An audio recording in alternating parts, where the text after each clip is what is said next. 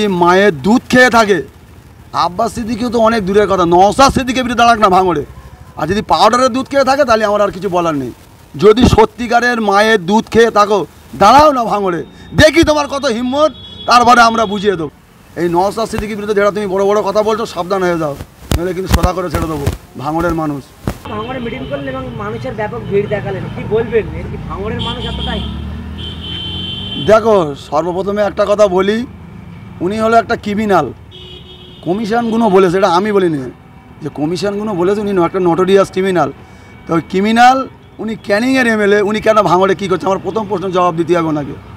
ভাঙড়ে কি observer? Vote মিটে গেলে কিসের অবজারভার থাকে? কিসের অবজারভার থাকে? তাহলে ভাঙড়ের ভূমিপুত্ররা গেল কোথায়? ক্যানিং থেকে, ক্যানিংয়ের নটোরিয়াস ক্রিমিনাল ভাঙড়ে এসে আজকের মোস্তানি কেন করে যাচ্ছে? ভাঙড়ের এমএলএ তো নওশাদ সিদ্দিকী। তাহলে এখানে মোস্তানি করবে, এখানে কাজ করবে নওশাদ সিদ্দিকী, এখানে উনি কাজ না করে চোরের মানে গায়ে মানে না আপনি মোড়ল?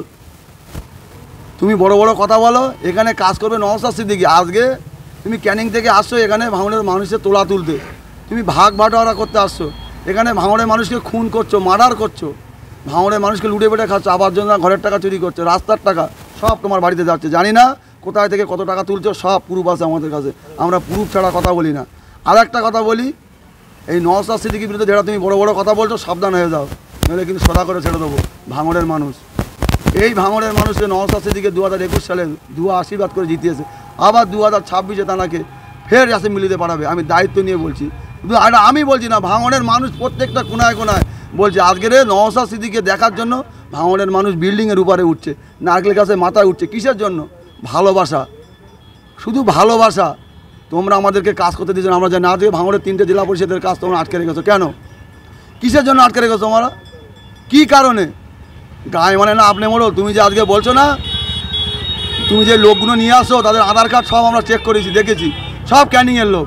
কই ভাঙড়ের লোক নিয়ে একটা মিটিং করে দেখাও, ভাঙড়ের লোক নিয়ে মিটিং করে। আর আমরা বলছি আমরা ভাঙড়ের লোক নিয়ে মিটিং করে দেখিয়ে দেবো, এ ক্ষমতাটুকু আমরা রাখি। তবে বেশি বাড়া বেরো না, ঝড়ে পড়ে যাবে। আর অতি ছোটো হয়ে না, ছাগলে মুড়ে খাবে। তোমাকে ফের বলছি, আব্বাস ভাইজানের বিরুদ্ধে, নওশাদ ভাইজানের বিরুদ্ধে সোজা করে কথা বলো। এই যে তোমার আব্বা বড় ভাইজান বলে তোমার ঘাড়ে চেপে বসবে, কিন্তু তুমি কিন্তু সামলানোর ক্ষমতা তোমার পারবে না। শওকত মোল্লা কি একেবারে কথাটা শোনার পরেই তিনি কি তাকে মাথা কাজ করছে না? তিনি বলছেন আমাকে আব্বাস সাহেব যেখানে দাঁড়াবে সেখানে গিয়ে নাকি শওকত মোল্লা দাঁড়াবে এবং মমতা ব্যানার্জির কাছে অনুরোধ করছে, ভিক্ষা চাচ্ছে। কি বলবেন? উনি যদি মায়ের দুধ খেয়ে থাকে, আব্বাস সিদ্দিকীও তো অনেক দূরের কথা, নওশাদ সিদ্দিকীর বিরুদ্ধে দাঁড়াক না ভাঙড়ে। আর যদি পাউডারের দুধ খেয়ে থাকে তাহলে আমার আর কিছু বলার নেই। যদি সত্যিকারের মায়ের দুধ খেয়ে থাকো দাঁড়াও না ভাঙড়ে, দেখি তোমার কত হিম্মত, তারপরে আমরা বুঝিয়ে দেবো। ভাঙড়ে ওহিদুল ইসলাম, কারিমুল ইসলামকে নিয়ে তার ঘুম হারাম হয়ে যাচ্ছে ভাঙড় বিধানসভাতে। দেখো, উনি আব্বাস সিদ্দিকী সাহেবের, তারা তো একেবারে বড় বড় একটা নেতা, তাদের বিরুদ্ধে কিভাবে একেবারে। বড় ভাইজান হলো বাংলার লক্ষ কোটি যুবকের আইকন।